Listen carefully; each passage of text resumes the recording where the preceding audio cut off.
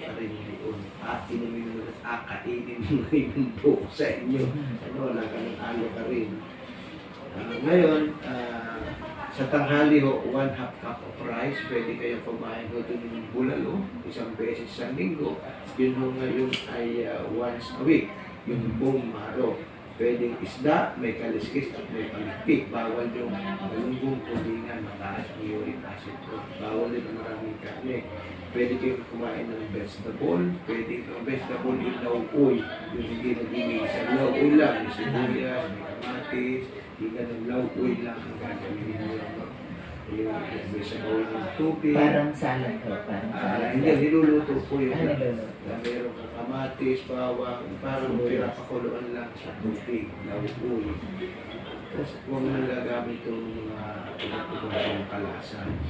Sa gabi naman po, wala na pong pagkain. Vegetable salad, lettuce, cabbage, carrots, cucumber, lemon,